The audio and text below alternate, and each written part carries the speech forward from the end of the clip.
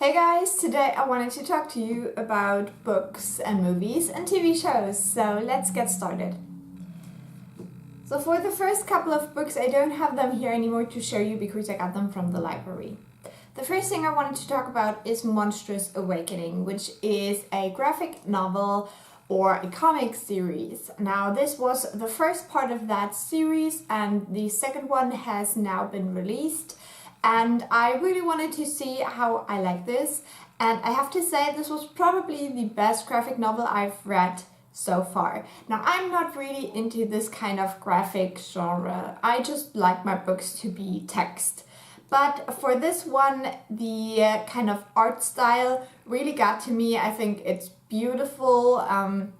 Usually I have issues with the art style in comics because usually there's not enough detail for me, but this one definitely is a very detailed kind of comic because it has this kind of steampunk element to it, and it is set in a world that is similar to Asia, but it is also a fantasy world. So that was very interesting, and the characters are not all human. You have this kind of half-breed characters that look more like animals, and I think the characters were fantastic.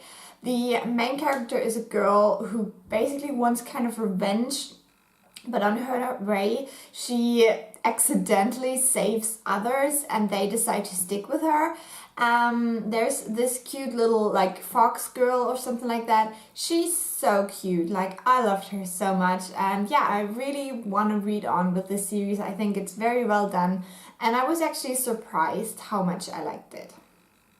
The second book that I have already returned to the library is Charlie Bone, the first book. I don't recall the English title right now, but the Charlie Bone series is kind of similar to Harry Potter because this is all about Charlie Bone, who thought he's a very normal guy until he realizes that he can hear people in pictures. And with that, his kind of grandma and his aunts all are very excited because he turns out to be special and he can go to a special school now. And what I like about this school is that this is not exclusive to magic people, but it's really a school for like prodigies that are very good with art or that are musicians or that are actresses and actors. So in this school, even though he has this magical ability, Charlie has to fit in somewhere, so he's supposed to learn an instrument so he can go to this school, kind of. And with this whole transformation, obviously a lot changes in his life, obviously. And he meets new friends and stuff like that. But also there's obviously a lot of adventures waiting for him at this kind of magical school. I really like this first book. I think it's really cute. Now let me check. I think from my reading experience I would give it around 3.5 stars. It was very cute, very entertaining, like the characters, and I can't wait to see where this series is going. The next book I read is a German book which I think has not been translated. It's also the first book in a series, but there is no other books out yet. This book is called Hinter den Spiegeln, and it was supposed to be kind of like a historical fiction novel. It's all about this girl in Vienna, and she is a countess or something like that, and then she has an accident with her horse and she loses all her memories. And this book is basically about her figuring out who she is and who did this to her, if there really is anyone behind this. And also she slowly finds out that she had a brother and he was actually killed in that accident, but no one's talking about him anymore. So that's kind of the setup. But yeah, this book was really lacking for me. I felt like there were several kind of love interests, but they were all very creepy, and the only one that wasn't creepy just was not really in the book. Like, he was mentioned a few times, but they didn't really have a relationship. So that was kind of off. I feel like one was a stalker and the other one basically just wanted her money. And so the kind of love triangle, whatever that was, it was a little bit weird in my opinion. And so I think I gave this one around 3 stars maybe. Yeah, more 2.5 stars. I really, yeah, it was just... Then we're getting into the Booktubeathon, and I did a separate wrap up, but I just wanted to mention a couple of books again. So first one is this. This is A Case of Exploding Mangoes by Mohammed Hanif. And this is a very entertaining book. I don't really think I have read anything like this. It is kind of satire, and it takes a real life event, which was the death of the Pakistan dictator. He died in a plane crash, and basically this book has the question, who wanted to kill this dictator? And we soon realize that there's a whole bunch of people, and basically this book wraps up in a way that he was killed like about 6 times or so from different things and different peoples, all in his last kind of minute of life. So I thought that was so clever. This book was written just like really clever, I don't know. It was just very entertaining, and even though, you know, it was a little bit of a struggle sometimes because one of the main characters, or like the main character, is a military guy, and he lost his father because of this dictator, but he's very proud, and he thinks that civilians are like the most stupid people in the world, and he always refers to himself as not a civilian, so he's so much better, and that was kind of weird. But what I also didn't expect was that there is a little bit of a male-male romance thing going on. It's very subtle in a way and very unexpected, and you don't really see how it plays out, but it's in there, so yeah, that was interesting. So overall, I really enjoyed this. I think I gave it like 4.5 stars. Then my big project for the Booktubeathon was the Body Book by Cameron Diaz. Now, I have read this for months and months basically. I started this probably a year ago now, and I never got around to finishing it. So now I did. And I read it from cover to cover basically, but this is a great book. Just to go back to, there's a lot of illustrations, a lot of tables that are very interesting. It's a lot about workout, about fitness, about things you eat and stuff like that. So if you, you want to switch to a vegetarian diet, but you don't know how to get all the nutrients that you need, this has very interesting tables you can check out with things you should eat to substitute for meat and stuff like that. So this is not necessarily about vegetarian diet, but it also includes options for vegetarians, and I thought that was very interesting, and overall I very much enjoyed this. I think I would give this around 4 or 4.5 star as well, because it was motivating, it taught me new things, and I overall just enjoyed it. And then the last book for this round is A Rover Random by J.R. Tolkien.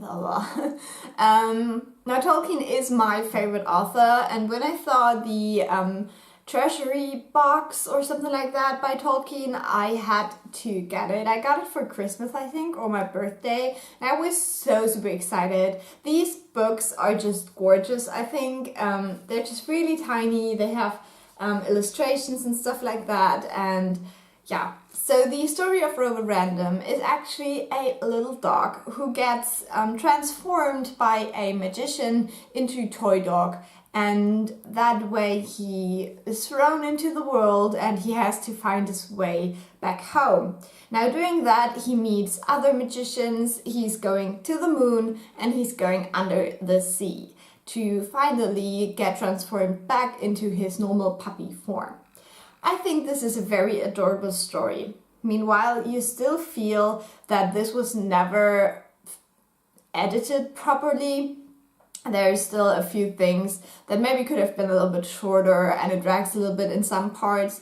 But overall, it's so cute. It's just such a cute idea. And this was basically the thing that they could have done after The Hobbit, but then they just wanted to see more of Middle-earth. Now this is not set in Middle-earth, but it has a very good introduction that talks about the things that connect this book to his other works, and I think that is very interesting. And if you read Rover Random, you should definitely read the introduction as well, just because it's very interesting to see. Now overall, I would probably give this around 3.5 stars, maybe 4 stars with the introduction, but yeah, it's just a cute little story.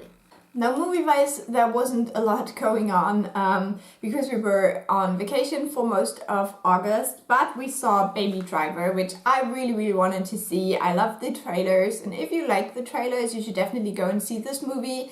It was super entertaining. It was a little bit meh storytelling-wise in some parts, but I think overall, if you like music and movies, this is just such a fun experience. I really loved the way they put the music into the film, and yeah, it was just enjoyable. And if you like action movies, I think this is a very good one for an action movie. I didn't really like the ending too much, but I liked that for once there was actually consequence to what he did, and I enjoyed that a lot. So while the ending was a little bit weird, I still enjoyed, you know, that there were actually consequences. And I think that is very interesting and important to portray in movies about, you know, robberies. And then the other movie I saw last week, which was actually September already, but who cares? We decided to go and see La La Land. I didn't see it when it came out, just because no one wanted to go with me or no one had time to go with me. And we watched it in an outdoor cinema, which was really cold because it is already fall here. So we had around 8 degrees Celsius and I was freezing to death. And I think that is part of the reason why I didn't enjoy this movie. This kept me looking at my watch all the time, and I couldn't believe how long this movie felt. But all in all, I just wasn't impressed. I wasn't impressed by the music, I wasn't impressed by the acting. I didn't really like the characters. I thought they were very annoying and weird. I like looking at Ryan Gosling, but I don't think that this was his best performance. Yeah. And then the ending was just too weird for me. Like, I did not like the ending at all. You know, if I watch a love story, I want them to end up together. Sorry, but that's just, you know, my thing. And the ending to me felt like she had to decide whether she wants her career or her boyfriend. And I think that is just rubbish. I mean, obviously these things happen in life, but I just don't like it and I don't want to see it on screen. Sorry. Yeah, so I didn't like that. Unfortunately, I think the Ryan Gosling character was kind of a dick. I think Emma Stone was a little bit hysterical, and yeah, just didn't do anything for me. Then TV-wise, another kind of disappointment, obviously, Sherlock Season 4. I have watched several videos now talking about this, and I'm so happy that I'm not the only one who thought that this was rubbish. I decided that I wanted to see all the prior seasons before going into this 4th season. So we rewatched all the episodes that were there, and I had forgotten a lot of that shit. And I think that made this 4th season so much worse. The last episode just dragged, like from the first 10 minutes I was like, when is this over? I just hated it. And I don't know what they did, but it kind of made me feel like I wanted this to be over now. Or that season 5 starts with, oh well, this was all just a fever dream. Like, that is the best series that I've heard so far for this season. Yeah, I just really didn't like it. So let me know what you thought, because I had friends saying, oh, I thought it was okay. And I was like, no, it's not okay. This was not okay. But yeah. Now, we're watching Lucifer season 2 and we're in love. Like, Lucifer is such a great TV show. I very much enjoy it. And yeah, we're right in the middle of season 2. We're probably going to finish that in September now, and we'll see. So, oh, and I just finished Shadowhunters season 2. So I must say I enjoy the Shadowhunters series more than the books. And I think it's going to be interesting. I really want a third season because I feel like they really did some great stuff with the second one. It is a little bit of a guilty pleasure series, to be sure, but still I really liked it. I like Chase. I know many people do not like him, but I like him so much. I think he's perfect for the Chase role, like you imagine him. Well, I imagined him in the books. So Clary's a little bit annoying, but she was annoying in the book, so who thought? Yeah, I'm just really interested to see where this goes.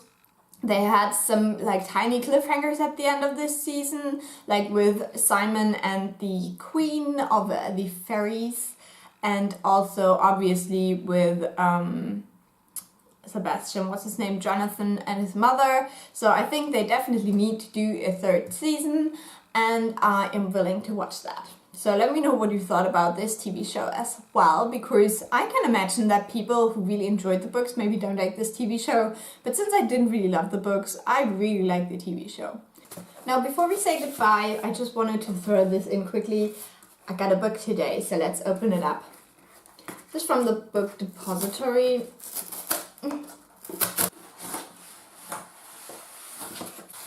That's my book.